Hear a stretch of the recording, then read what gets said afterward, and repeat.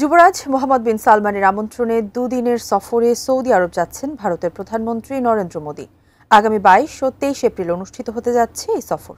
এর আগে আরও দুবার সৌদি সফর করেছেন তিনি, কিন্তু এবার কি উদ্দেশ্য নিয়ে সৌদি যাচ্ছেন ভারতের প্রধানমন্ত্রী? বিস্তারিত আরিফ হাসানের প্রতিবেদনে। সর্বশেষ নরেন্দ্র মোদির সৌদি আরব সফর ছিল 2019 সালে। এর আগে প্রথমবারের মতো 2017 সালে সৌদি আরব সফরে যান নরেন্দ্র মোদি। এবারের সফর মিলে তৃতীয়বারের মতো মধ্যপ্রাচ্যের এই দেশটি সফর করবেন ভারতীয় প্রধানমন্ত্রী।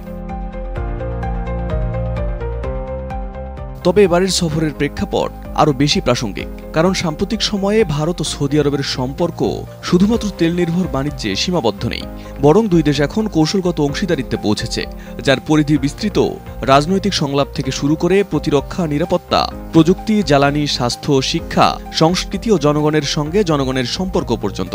ভারতের পররাষ্ট্র মন্ত্রণালয় জানিয়েছে, মোদির সফরের মাধ্যমে এই বহুমাত্রিক অংশীদারিত্ব আরও গভীর ও শক্তিশালী হবে।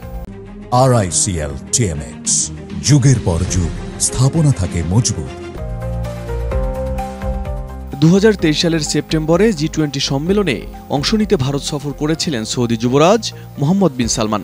সে সফরের পর এবার পাল্টা সফরে যাচ্ছেন মোদি। এতে স্পষ্ট যে উভয় দেশের মধ্যে কৌশলগত আন্তঃসম্পর্ক ও পারস্পরিক আস্থার এক নতুন অধ্যায় সূচিত হচ্ছে।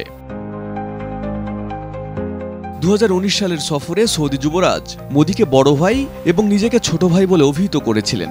সেই সম্পর্কের মানবিক যাত্রা এবার রাজনীতি ও অর্থনীতির বাস্তবতায় আরও গুরুত্ব পাচ্ছে।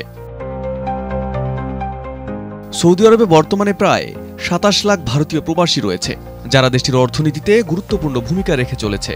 ভারতের জন্য সৌদি আরব দ্বিতীয় বৃহত্তম বাণিজ্যিক অংশীদার। মোদির সফরে প্রবাসী কর্মসংস্থান ও বিনিয়োগ সংক্রান্ত বিষয়ে আলোচনা হতে পারে বলে মনে করা হচ্ছে।